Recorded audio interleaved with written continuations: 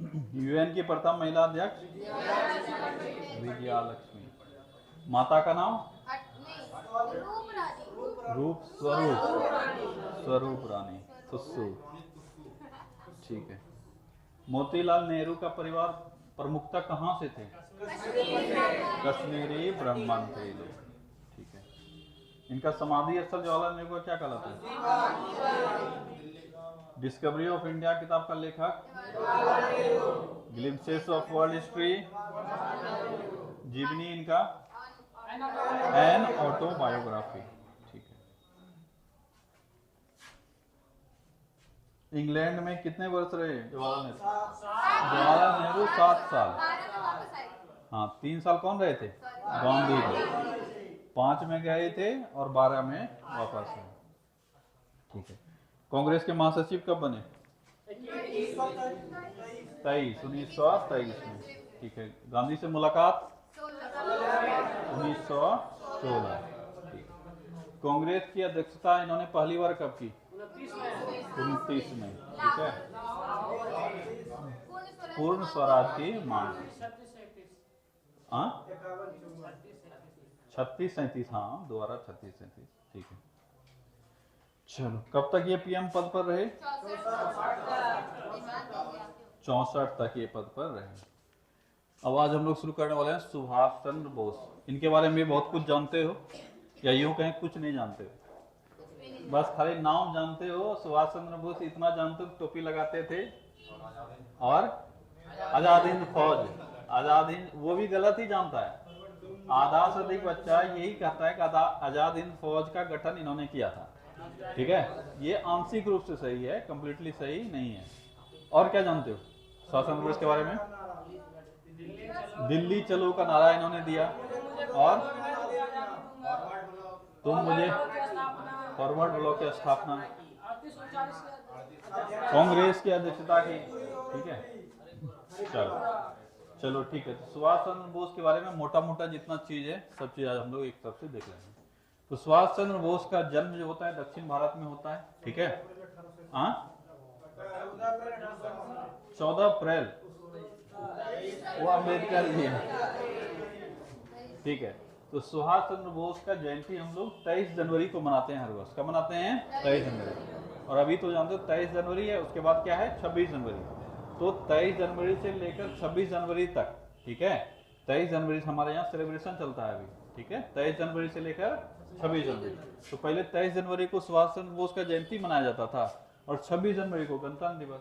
तो अभी जो है ये पूरा 3 दिन तक पूरा चलता है। 23, 24, 25 ये 3 दिन कार्यक्रम चलेगा और 26 को गणतंत्र दिवस मनाते हैं हम लोग। ठीक है। तो कई बार तुमसे पूछा जाए, नाम हम भूल रहे हैं, जयंती को कौन सा दिवस मनाते हैं? पराक्रम दिवस। ठीक है। पराक्रम दिवस। तो अगर पूछा जाए कि पराक्रम कार्यक्रम जो है ये कितने दिन तक चलता है? कितने दिन तक? 3 दिन तक। ठीक है। 23, 24, 25 और फाइनली ये खत्म कब होता है? चौथे दिन जाके 26। ठीक है। तो 23 जनवरी को इनका जन्म हुआ। ईयर कौन सा था? 1897। 1897 में इनका जन्म होता है। कटक उड़ीसा। कहाँ जन्म हुआ है इनका? उड़ीसा के कटक में इनका जन्म होता है। ठीक है। और अपने पिताजी के ये 14 संतानों में से 9वें नंबर पर आते थे।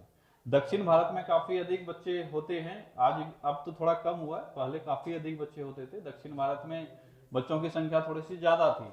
अभी देखोगे तो अभी वहां पे पॉपुलेशन धीरे धीरे कम होता जा रहा है दक्षिण भारत में, और उत्तर भारत में बढ़ता जा रहा है। लेकिन पहले काफी बहुत लोग ऐसे मिलेंगे जिनका 5-6 तो नॉर्मल है।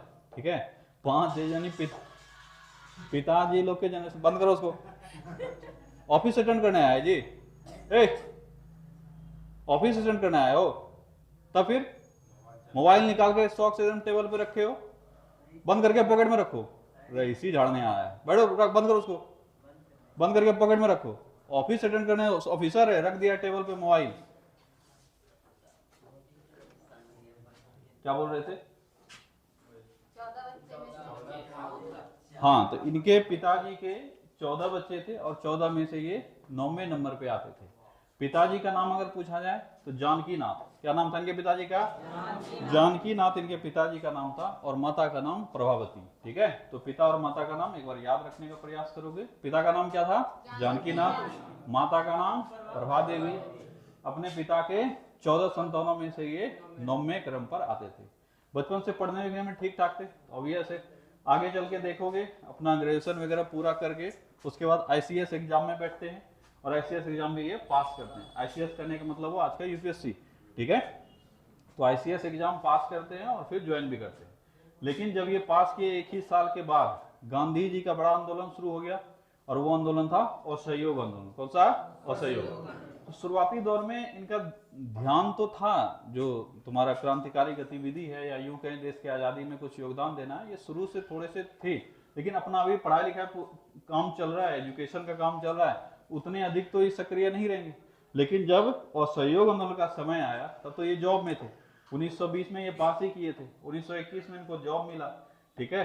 तो असहयोग आंदोलन में समर्थन देने के लिए, गांधी जी के साथ होने के लिए इन्होंने क्या किया? आईसीएस पद को लात मार दिया। मतलब यूपीएससी एग्जाम क्वालिफाई करके पद पे आके उसके बाद फिर रिजाइन कर देना। तो असहयोग आंदोलन में गांधी जी, क्योंकि गांधी जी ने क्या कहा था कि पद छोड़ो, गांधी जी ने क्या कहा था उसमें? पद छोड़ो। अगर कोई भी कहीं पे भी किसी पद पे हो, अगर छोड़ सकते हो तो छोड़ो। स्टूडेंट जो पढ़ाई कर रहे हो, ठीक है, अगर तुम पढ़ाई छोड़ सकते हो तो पढ़ाई भी क्या करो? छोड़ दो, ठीक है। पढ़ाई छोड़कर अगर तुम इधर आकर हमारे यहाँ के किसी स्कूल में पढ़ना चाहते हो तो पढ़ो, और अगर जो ब्रिटिश का स्कूल है वहां अगर पढ़ाई छोड़ना चाहो तो छोड़ दो। काफी सारे प्रपोजल थे उनके, वो तो बताए ही होंगे, और सहयोग आंदोलन में पढ़ाए थे। तो वो उसी के चलते इन्होंने अपने पद से क्या दे दिया? त्याग दे दिया, और गांधी जी के साथ असहयोग आंदोलन में हिस्सेदारी में आ जाएंगे। तो अभी तक का जो समय तुम देखा होगा, अभी तक इनको कहीं पे भी, यानी 97 में इनका जन्म होता है और उसके बाद अचानक हम कहाँ पहुंच गए? 1921। इस बीच में कहीं पे भी बड़े स्तर पे किसी भी क्रांतिकारी गतिविधि में हिस्सा वगैरह नहीं लेंगे। तो अगर इनका पूछा जाए कि राजनीतिक करियर कब से शुरू हुआ या देश के क्रांतिकारी गतिविधि में कब हिस्सा लेना शुरू कर दिया? ये 1921 में। और पहला सबसे बड़ा काम क्या किया? अपने पद से इस्तीफा देना। उसके बाद उसी साल आया था प्रिंस ऑफ वेल्स, याद है ना?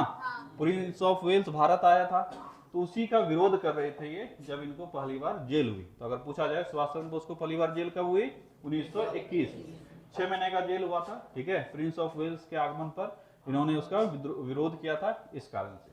उसके बाद चित्तरंजन दास का नाम जान रहे हो? सीआर दास, तभी वो काफी एक्टिव पॉलिटिशियन भी थे, ठीक है। तो जब ये सब जेल से बाहर निकलेंगे तो ये अपना राजनीतिक रूप से अगर बड़ा भाई अगर बोलोगे तो किसको मान लेंगे? सीआर दास। गांधी जी के कारण ये आए, गांधी जी के देखा देखी में आए, पर काफी सारे ऐसे विचार होंगे जो गांधी जी के विचारों से सहमत नहीं होंगे। दूसरी बात, शुरू से ही इनका थोड़ा सा इंटेंशन जो था, अब देखो कई ऐसे लोग होते हैं जो तुम किसी अन्य लीडर को देखकर किसी प्लेटफॉर्म पर जाओगे तो सही, लेकिन कुछ ही सालों में तुम देखोगे उसका रास्ता अलग, मेरा रास्ता अलग।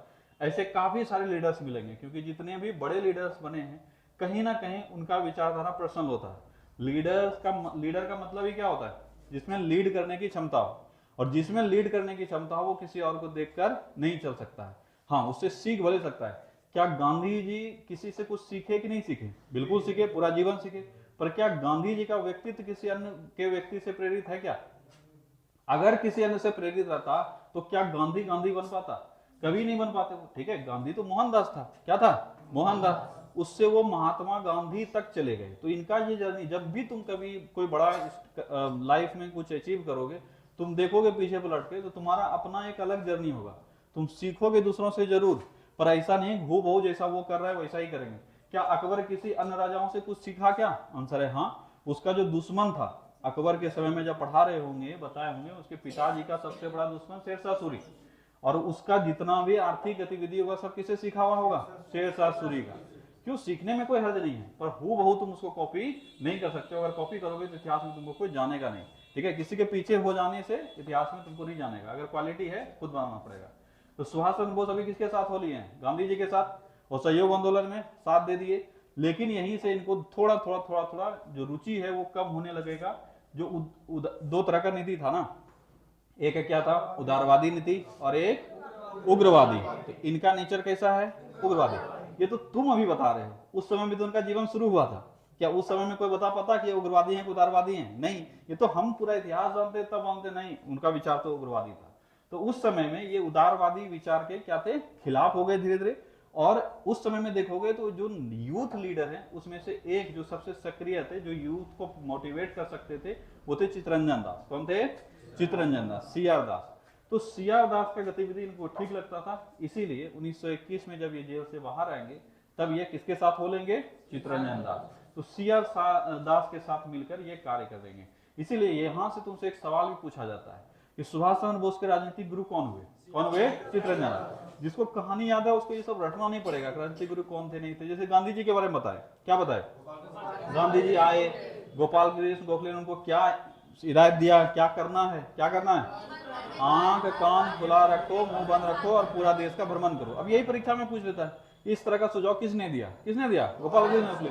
और यही वजह है कि उनके राजनीतिक गुरु बन गए। ठीक है, उसी तरह से सुभाष चंद्र बोस किसके निगरानी में रह के कार्य करेंगे या किसके मार्गदर्शन में काम करेंगे? सीआर दास। तो सुभाष चंद्र बोस के कौन हो जाएंगे राजनीतिक गुरु? सीआर दास। ठीक है, सीआर दास के साथ मिलकर कुछ काम करेंगे। और सीआर दास भी कोई छोटे मोटे आदमी नहीं थे, ये काफी पॉपुलर आदमी थे और पॉलिटिशियन तो भी धाकड़ पॉलिटिशियन। 1922 से लेकर 1925 तक देखोगे तो सबसे धाकड़ पॉलिटिशियन कौन है? सीआर दास। ठीक है, कलकत्ता में सीआर दास का भी काफी कद बढ़ चुका है। कलकत्ता के 24वें मेयर बने थे। कौन? सीआर दास। तो कलकत्ता का नगर निगम जो है, कलकत्ता नगर निगम, वहां के ये मेयर बन गए। और जब मेयर बने तो नगर निगम का सीईओ नियुक्त किया सुभाष चंद्र बोस को। ठीक है, याद रखोगे 1924 में सुभाष चंद्र बोस किस पद पर नियुक्त हुए? कहां के सीईओ? कलकत्ता नगर निगम के सीईओ। क्योंकि उस वक्त मेयर कौन थे? चित्तरंजन दास। जब गुरुजी मेयर तो सीईओ कौन बनेगा? अपना जो फेवरेट चेला होगा। तो इनके फेवरेट चेला कौन? सुभाष चंद्र बोस। तो ये बन गए। अब ये खटक रहे थे, पहले तो चित्तरंजन दास खटक ही रहे थे, लेकिन उनसे भी ज्यादा खटकने लगे अंग्रेज को। कौन? सुभाष चंद्र बोस। क्योंकि इनका कई बार भाषण वगैरह या कहीं पर कोई एक्शन होता था, ये पीछे नहीं हटते थे। दो तरह का गतिविधि होता है, एक जो शांति से पहले महसूस करेगा फिर बोलेगा, जैसे गांधी जी लोग हुए। क्या करते थे गांधी जी लोग? पहले शांत से खड़ा होकर सब चीज समझेंगे, उसके बाद नीति बनाएंगे, उसके बाद एक्शन लेंगे। सुभाष चंद्र बोस इतना नहीं करते थे, वो तुरंत ऑन द स्पॉट फैसला करेंगे। जैसे मूवी में हीरो सब देखते हो उस तरह का काम करते थे।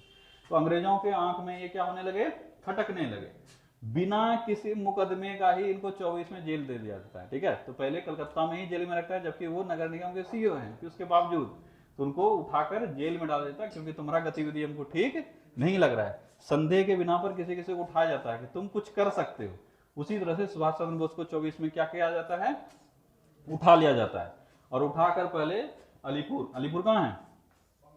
बंगाल में ही है, कलकत्ता के पास ही है। ठीक है, तो अलीपुर जेल में इनको शुरुआती में रखा जाता है। और फिर वहां से जब लग जाता है कि अब और यहाँ पे रखना सेफ नहीं है, हो सकता है जेल में भी कुछ गड़बड़ी कर दे, तो उनको वहां से मांडले जेल भेज दिया जाता है।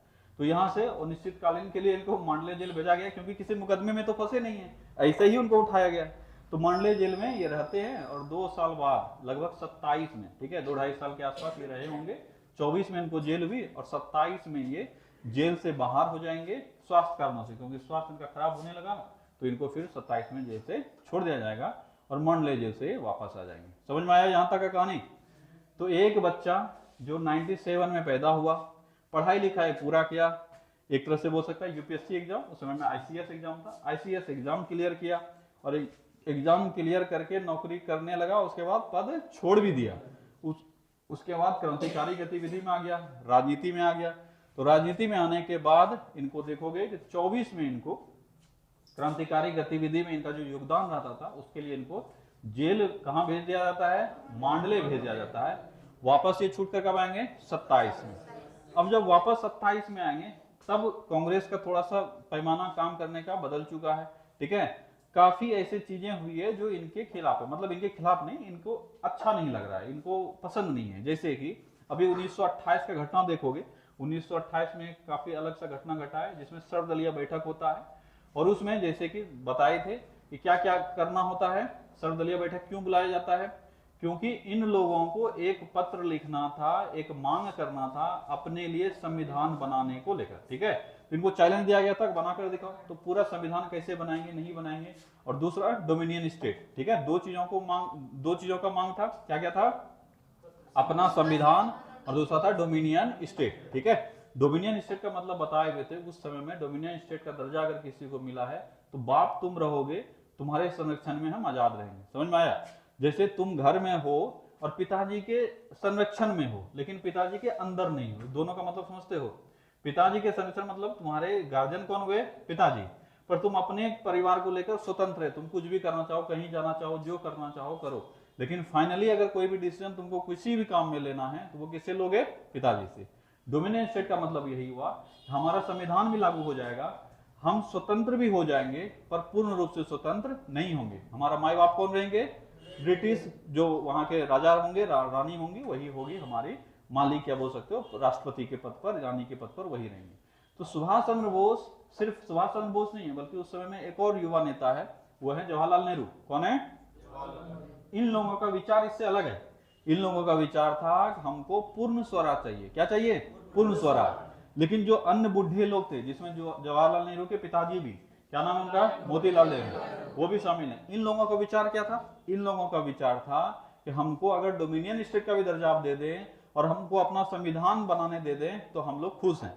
जिसके खिलाफ हो जाएंगे सुभाष चंद्र बोस। सुभाष चंद्र बोलेंगे ये हमको नहीं चाहिए, भीख थोड़ी ना मांग रहे हैं जी, अपना देश है, हमको आजादी चाहिए, हम संविधान खुद बनाएंगे, हमको आजाद तो करो आप, हम डोमिनियन स्टेट नहीं, हमको क्या चाहिए? पूर्ण स्वराज चाहिए। क्या चाहिए? पूर्ण स्वराज। तो 28 में इन्हीं विचारों को लेकर जवाहरलाल नेहरू और सुभाष चंद्र बोस एक साथ आ जाएंगे और कांग्रेस के इस नेहरू रिपोर्ट के खिलाफ, नेहरू रिपोर्ट कब आया? 28 में, तो कांग्रेस के नेहरू रिपोर्ट का खिलाफत करेंगे और उसके खिलाफ अपना एक अलग से दो तीन आदमी मिलकर समूह बनाएंगे, जो कि इस विधि पर काम नहीं करेंगे बल्कि पूर्ण स्वराज पर काम करेंगे। और तुम देखा 1929 में कांग्रेस के समक्ष पूर्ण स्वराज का प्रस्ताव भी रख दिया। किसने रखा? जवाहरलाल नेहरू। और काफी एक्टिवली इन्होंने इसमें काम किया। तुम देखो उसके बाद 1930 में क्या मनाया जाता है? आजादी दिवस, पूर्ण स्वराज दिवस, मतलब भारतीय की आजादी दिवस मनाने का फैसला लिया गया 30 जनवरी को।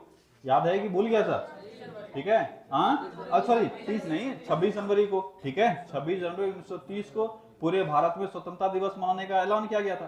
ठीक है, ये सब वहीं से आया है। तो नेहरू रिपोर्ट के खिलाफ में यहाँ कौन कौन आ गया? सुभाष चंद्र बोस और जवाहरलाल नेहरू। इन दोनों ने नेहरू रिपोर्ट की खिलाफत की और उसके खिलाफ तुम देखोगे जाकर ये लोग एक समूह बनाएंगे जिसको कहा जाएगा इंडिपेंडेंट लीग फॉर इंडिया। क्या कहा जाएगा? इंडिपेंडेंट, है ना, इंडिपेंडेंट लीग फॉर इंडिया।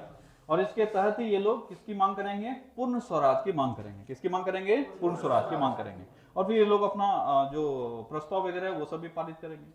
आगे चल के जाके देखोगे कि कांग्रेस में सुभाष चंद्र बोस का जो यूथ कांग्रेस मेंबर्स हैं उनके बीच काफी अधिक क्या होता है? पकड़ बढ़ जाता है। और फिर तुम देखोगे ये एक बार जाके अध्यक्ष भी बनते हैं। कब बनते हैं? 38 में। कब बनते हैं? तो कांग्रेस की इन्होंने टोटल 2 बार अध्यक्षता की है, 38 में और 39 में। तो 38 में हरिपुरा का अधिवेशन, जो कि गुजरात का जगह है, हरिपुरा में ये अध्यक्ष चुने गए, और 29 में त्रिपुरी में। लेकिन 29 में गांधी जी का एक कैंडिडेट था, उसका क्या नाम था? पट्टाभी सीतारमैया। तो पट्टाभी सीतारमैया हार गया इलेक्शन और जीत कौन गए? सुभाष चंद्र बोस। तो ये बात अच्छा नहीं लगा और इसको लेकर इंटरनली ही काफी मतभेद हो गए, जिस कारण से अंततः सुभाष चंद्र बोस 39 वाला जो इलेक्शन जीते हुए हैं, यानी त्रिपुरी वाला, ये रिजाइन कर देंगे। 6 महीना के आसपास के बाद ये क्या करेंगे? रिजाइन कर देंगे। और ये सिर्फ कांग्रेस को ही नहीं बल्कि इन सारे गतिविधियों को ही छोड़ देंगे। इन लोग बोलेंगे तुम लोग अपना अलग रास्ते पे चलो और हम अपना अलग रास्ते पर चलेंगे। तो कांग्रेस से लगभग अलग हो जाते हैं और कांग्रेस को छोड़ छाड़ कर 1939 में एक नया पार्टी बनाते हैं। इसका क्या नाम है? Forward block. ठीक है, नया पार्टी बनाएंगे। क्या नाम होगा? अभी आएंगे सब चीज पर। फॉरवर्ड ब्लॉक 1939 में। लेकिन फॉरवर्ड ब्लॉक का यहाँ पे बहुत ज्यादा कोई योगदान नहीं हो पाएगा, क्योंकि अब अंग्रेज इनको नजरबंद रखने लगा है। ठीक है, लगभग समय तक ये क्या रहते हैं? नजरबंद। नजरबंद समझते हो? क्या होता है नजरबंद? हाँ, तुमको जेल नहीं डाला जाएगा पर तुम्हारे ऊपर 24 घंटा निगरानी रहेगा। तुम कहाँ जा रहे हो, क्या खा रहे हो, कैसे किससे मिल रहे हो, नहीं मिल रहे हो, घर के बाहर हमेशा पुलिस तैनात रहेगा। इसी को कहते हैं नजरबंद। तुम जहां पे हो वहीं पर तुम हमेशा निगरानी में रहोगे। ठीक है, जो कि आजादी जो अनुच्छेद 21 है, ठीक है, उसके ये खिलाफ है। ठीक है, कि तुमको इसमें स्वतंत्रता नहीं मिली हुई है, दूसरा आदमी तुम पे नजर रख रहा है। लेकिन हम लोग करते हैं इसे, सरकार ऐसे करती है, जब भी किसी पर कोई शक हो पर उसको अरेस्ट नहीं कर सकते। जब तक तुम्हारे ऊपर कोई कार्रवाई ना चले, जब तक मुकदमा ना हो, तब तक तो कैसे तुमको जेल डाल सकते हैं? इसलिए जेल में नहीं डाल सकते हैं, पर तुमको तुम्हारे घर में क्या करेंगे? कैद कर देंगे, नजरबंद कर देंगे। तो ये जो है इसके बाद नजरबंद के कैटेगरी में आ गए थे। तो अंग्रेज इन पर काफी इनको नजरबंद करके रखा हुआ था, काफी निगरानी रखता था। तो नजरबंद से भाग कर ये 1941 में कहीं छुपते छुपाते निकल के भाग गए और 1941 में ये पहुंच जाते हैं जर्मनी। कहां पहुंच जाते हैं? जर्मनी। अब इनका विचार था कि इस समय में एक आदमी है जो कि विश्व युद्ध तो लड़ ही रहा था, कौन है? हिटलर, ठीक है। तो उनको लगा कि दोस्त दुश्मन का दोस्त, क्या बोलते हो मतलब, ना दुश्मन का दुश्मन अपना दोस्त, ठीक है, होता है ना सर जी, दुश्मन का दुश्मन अपना दोस्त। तो इनका दुश्मन कौन? अंग्रेज, और अंग्रेज का दुश्मन एक और कौन? जर्मनी यानी हिटलर, ठीक है। तो इनको लगा कि दुश्मन का दुश्मन अपना क्या हो सकता है? दोस्त हो सकता है। तो गांधी जी चले जाएंगे जर्मनी, और जर्मनी में किससे मिलने चले जाएंगे? हम क्या बोल दिए? अच्छा, गांधी जी नहीं, सुभाष चंद्र बोस चले जाएंगे जर्मनी, और जर्मनी में जाके किससे मिलेंगे? हिटलर से मिलेंगे। तो ये 1941 में जर्मनी जाते हैं, और फिर ये हिटलर से इनकी मुलाकात होती है। हिटलर से मुलाकात के बाद ये मांगते हैं मदद कि भारत, आप तो यहाँ लड़िए रहे हैं, कुछ हमको और आर्मी में दे दीजिए, हम भी आक्रमण कर देते हैं भारत पे, स्वयं कर देंगे पूरी दुनिया से, ठीक है। तो अब तो उतने बेचारा अपने स्ट्रगल में है, ठीक है। तो हिटलर बहुत ज्यादा मदद तो नहीं कर पाता, लेकिन हाँ, इनको बोलते हैं कि आप यहाँ रहकर जो कुछ हमसे मदद ले सकते हैं लीजिए, पर आर्मी आपके साथ हम अभी नहीं भेज सकते हैं, क्योंकि मेरा आर्मी खुद फ्री नहीं है, ठीक है। तो आपके साथ कैसे भेजें? तो आपको जो काम करना है आप वो कीजिए, आपको जो मदद चाहिए वो हम देंगे। तो अब ये क्या करेंगे? नया आर्मी बनाएंगे, ठीक है। अभी इससे पहले गठित हो गया था आजाद हिंद फौज का 1942 में। आजाद हिंद फौज का गठन कब हुआ है? 1942, ठीक है। और 1942 में आजाद हिंद फौज का गठन किया है रास बिहारी बोस ने। किसने किया है? रास बिहारी बोस, ठीक है। तो आजाद हिंद फौज का वो गठन कर चुके हैं, और सुभाष चंद्र बोस उसके सेनापति बनने वाले हैं, ठीक है। तो 1943 में सुभाष चंद्र बोस को फुल कमांड मिल जाता है। अगर पूछा जाए तो आजाद हिंद फौज का रिकंस्ट्रक्शन यानी उसको रीस्टैब्लिश किसने किया?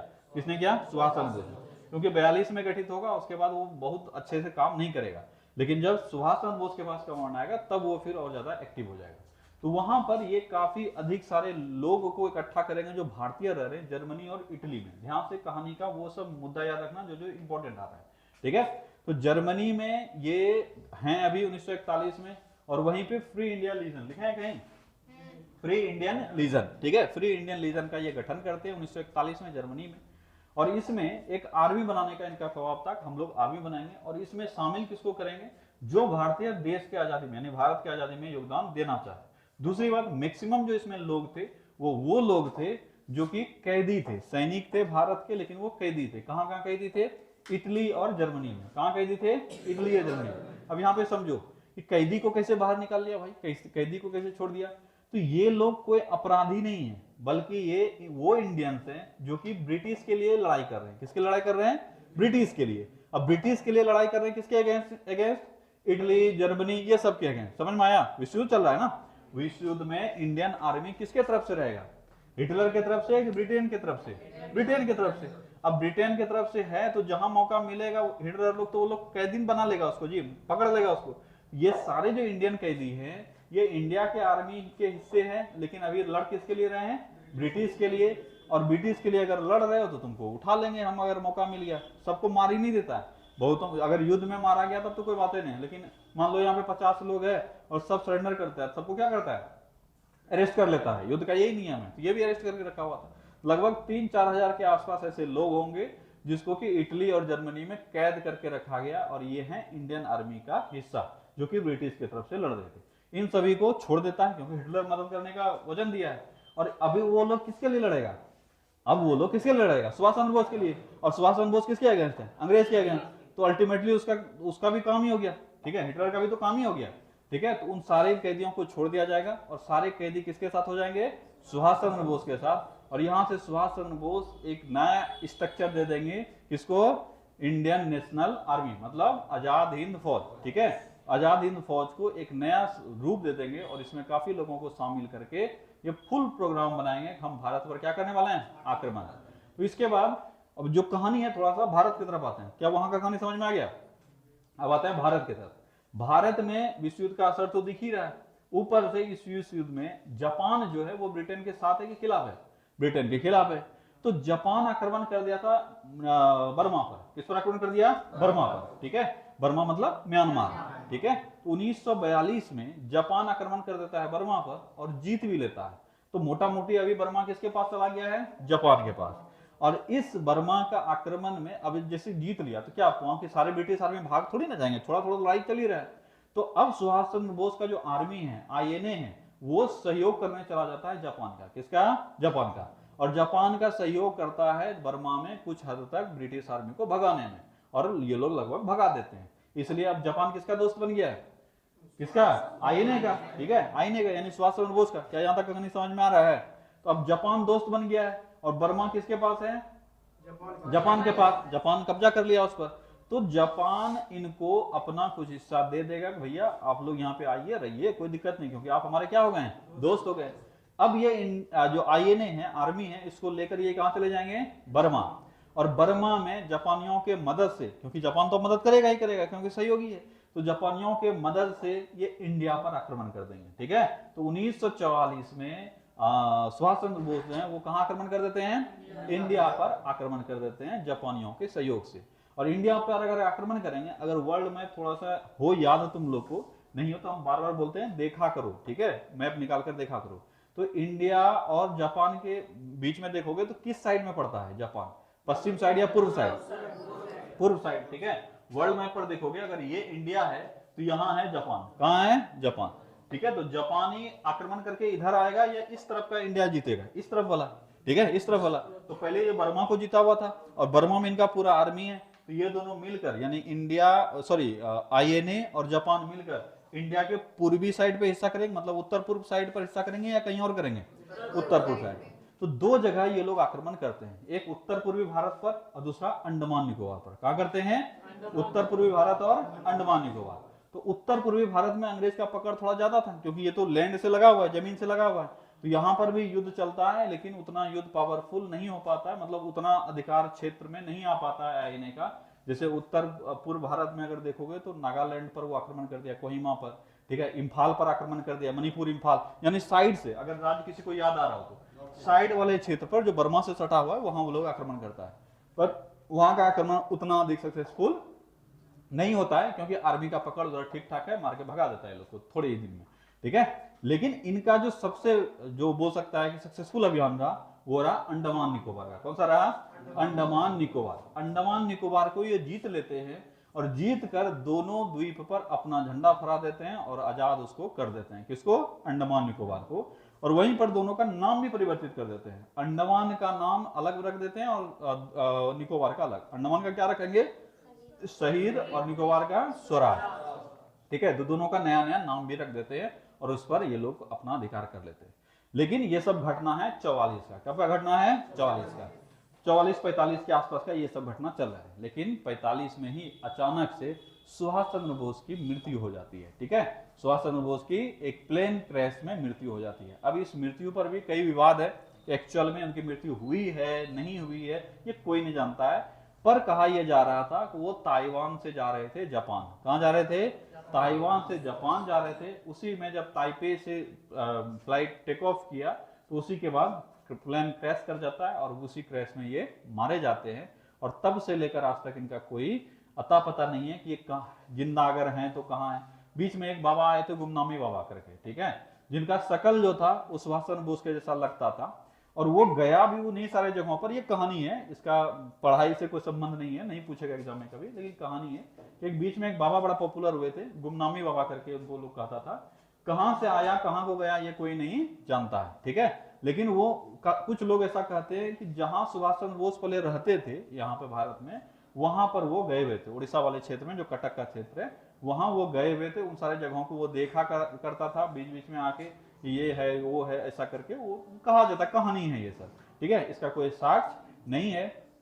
वो फिर कहाँ गायब हो गए ये भी किसी को नहीं पता। इन पर कई थियरीज हैं। कुछ लोग कहता है कि वो साधु बन गए, कोई कहता है कुछ लोग कहता है कि बंगाल में उनको देखा गया। अलग अलग क्षेत्र में अलग अलग कहानी है, उसका हम लोग अभी उस पर चर्चा नहीं करेंगे। तो इनका लाइफ हो जाता है खत्म।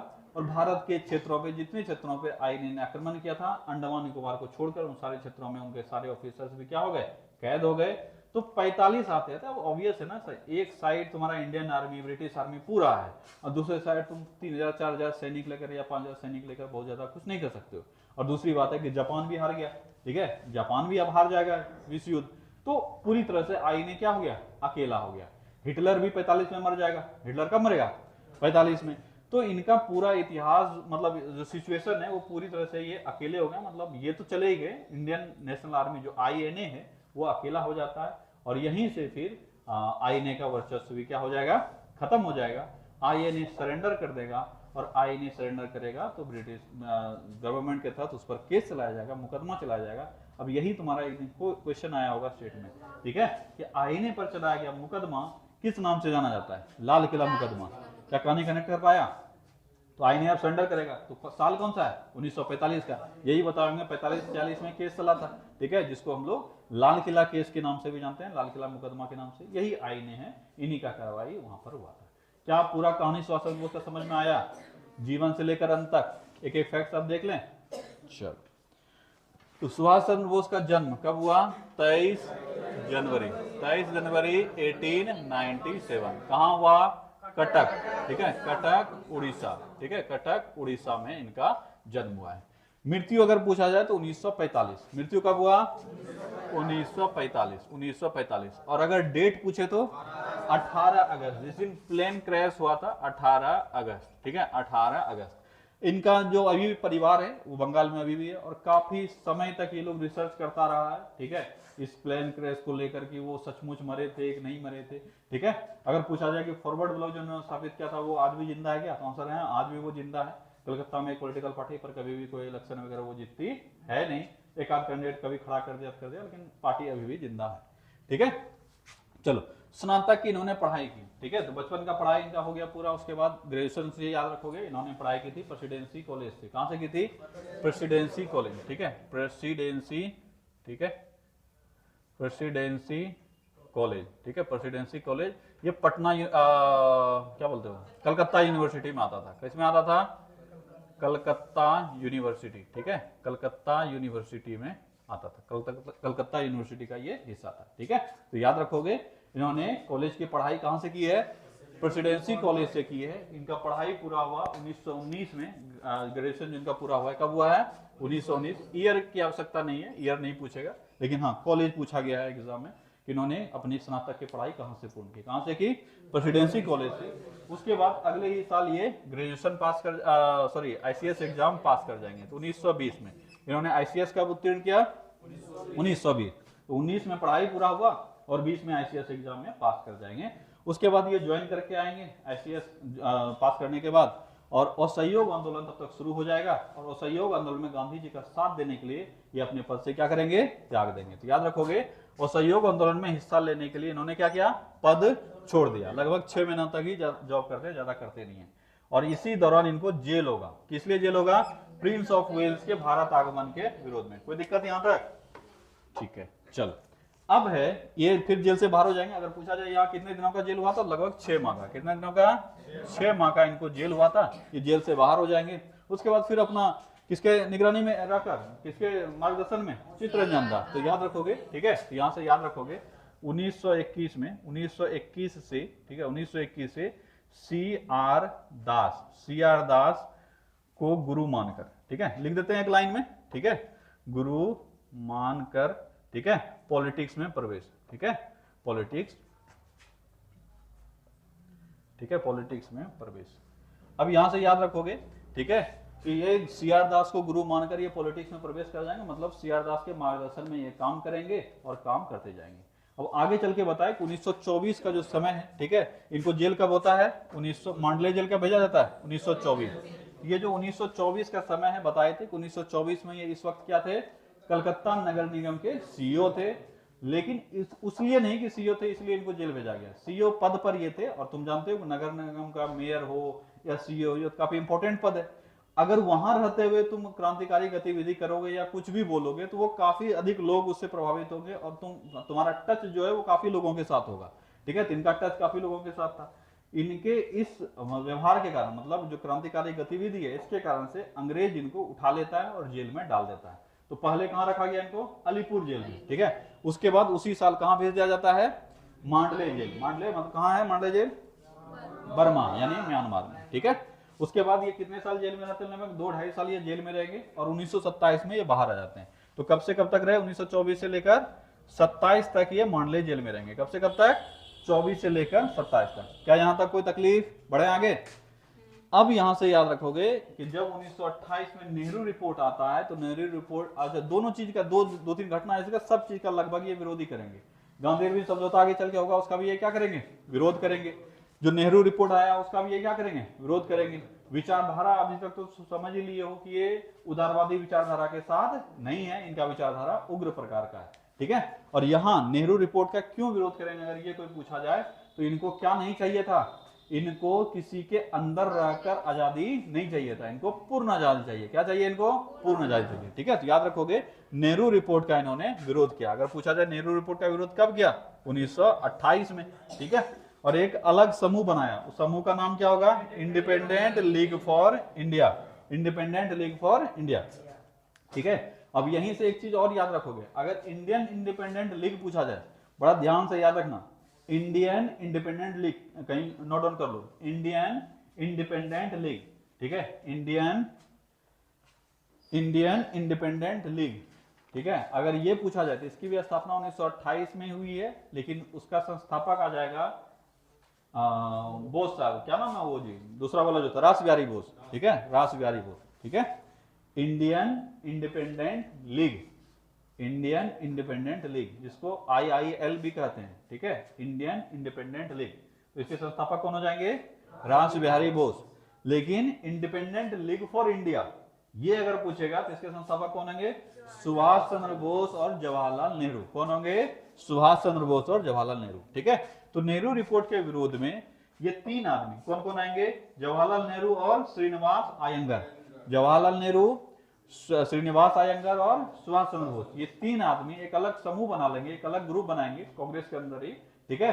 अलग ये पार्टी नहीं है बल्कि एक समूह की तरह है, कई बार पार्टी पूछ लिया जाता है, ठीक है। तो याद रखोगे कांग्रेस ये लोग छोड़े नहीं है, बल्कि कांग्रेस के विचारधारा से अलग होकर ये तीनों काम करेंगे, ठीक है। और ये तीनों का मुख्य उद्देश्य क्या होगा, अगर ये पूछा जाए कि इंडिपेंडेंट लीग फॉर इंडिया का मुख्य उद्देश्य क्या होगा, ये होगा पूर्ण स्वराज। क्या होगा, पूर्ण स्वराज, ठीक है, पूर्ण स्वराज। कहानी तो जान ही रहे, ठीक है। और इसके बाद जवाहरलाल नेहरू जो है पूर्ण स्वराज का बिल भी लाएंगे। क्या यहाँ तक का कहानी क्लियर है, बढ़े आगे।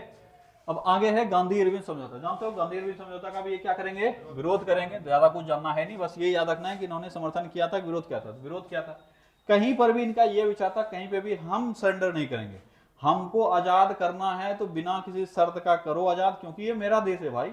अगर मेरा ही सामान तुम्हारे पास है और उसको वापस करने के लिए तुम कुछ शर्त रख रहे हो या कुछ कंडीशन में दे रहे हो, तो ये हमको नहीं चाहिए, मेरा चीज है, हमको वापस करो, ठीक है। कांग्रेस की अध्यक्षता इन्होंने की कितनी बार, 2 बार। हरिपुरा में कब किया, 1938 में, और त्रिपुरी में कब किया, 1939 में। और इसी बार जब त्रिपुरी का ये अध्यक्षता करे थे, इसी बार ये इस्तीफा दे देंगे, ठीक है। तो याद रखोगे इस्तीफा कब देंगे, 1939 में ही दे देंगे।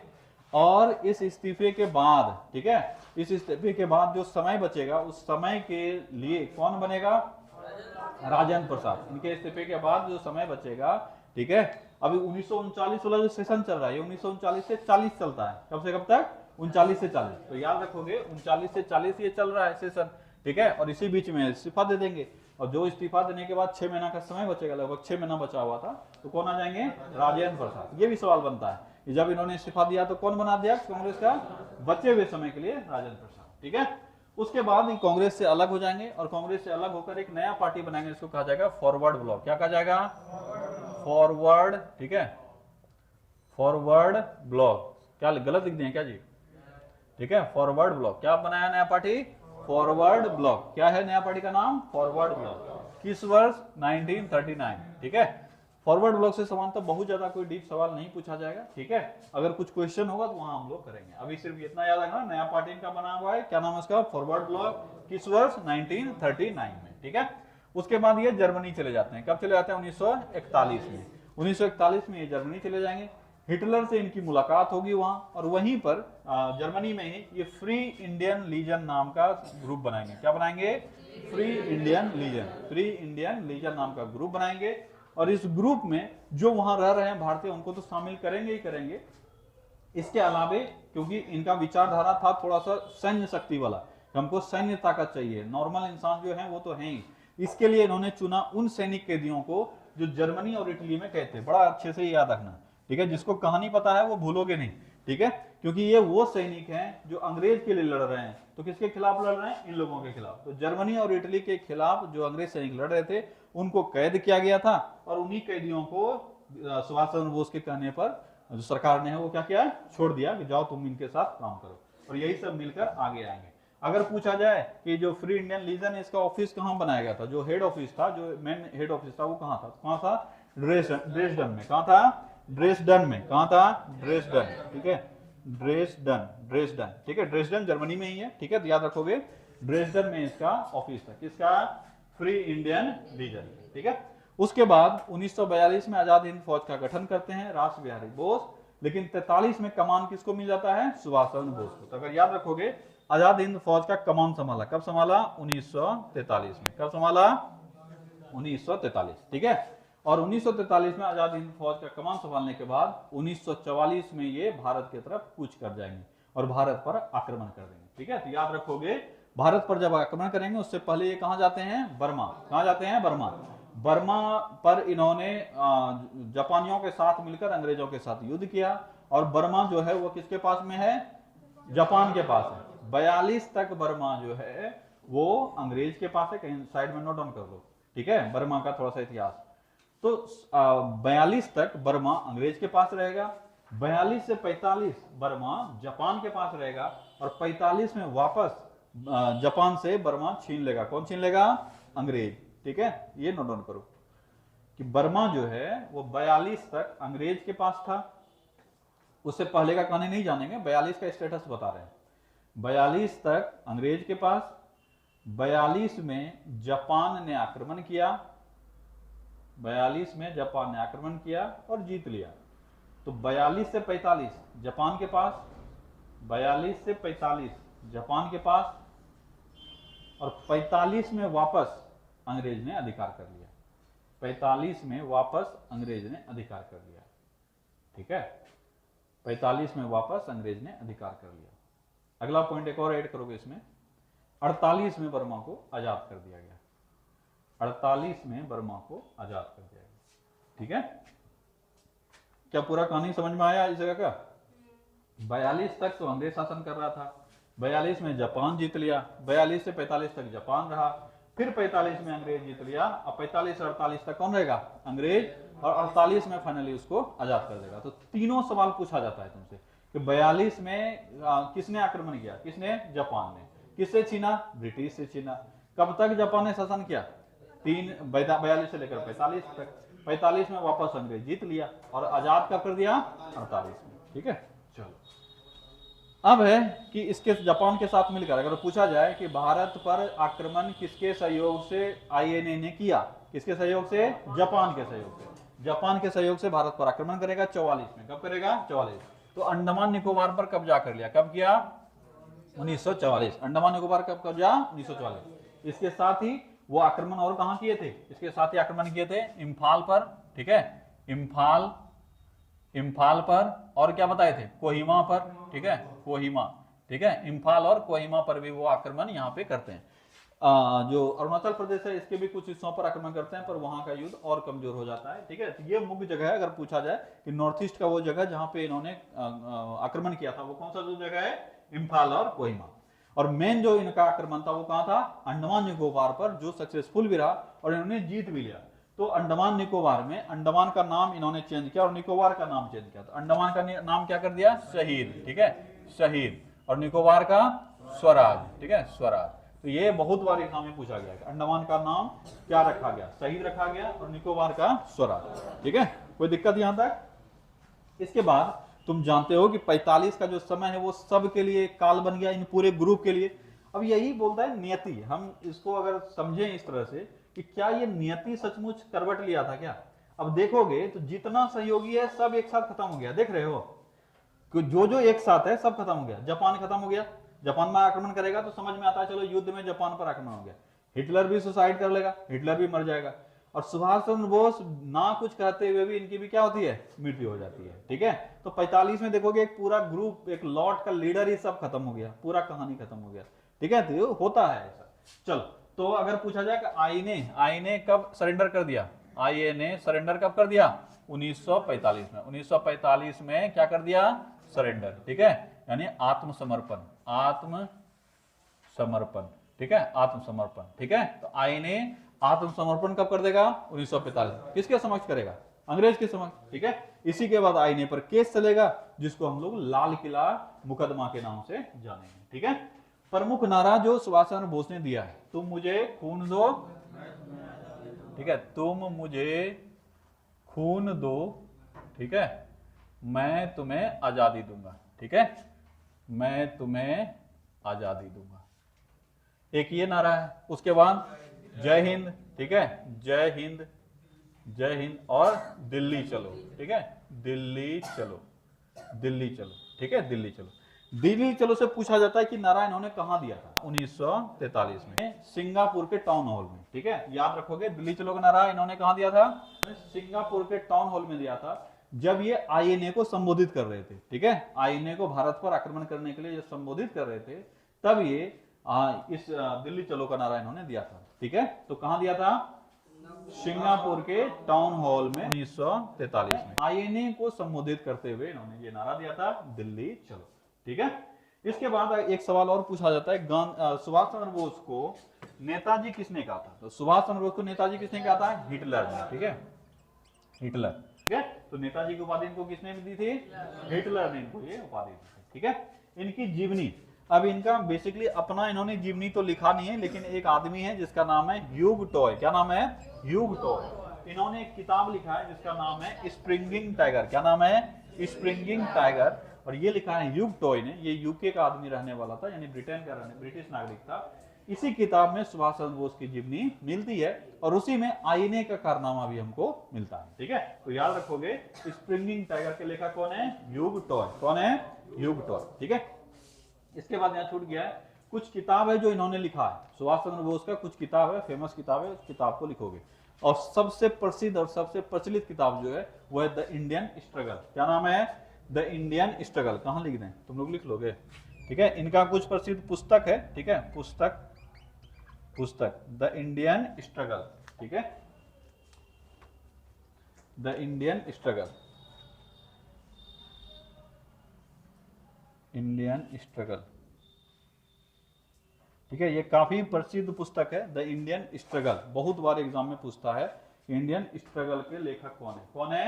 Subhash Chandra Bose. The Indian struggle, ठीक है। इसके बाद the Indian Pilgrim, the Indian Pilgrim, the Indian Pilgrim,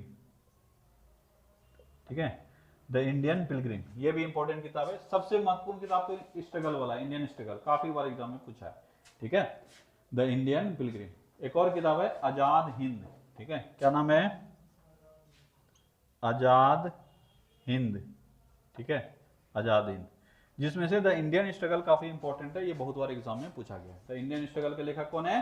Subhash Chandra Bose. The Indian Pilgrim, Subhash Chandra Bose. Azad Hind के लेखक भी कौन है? सुभाष चंद्र बोस। ये कुछ प्रसिद्ध पुस्तक है जो इनसे संबंधित है। क्या सुभाष चंद्र बोस का पूरा इतिहास जान लिया? किसी को कहीं कोई दिक्कत? ठीक है।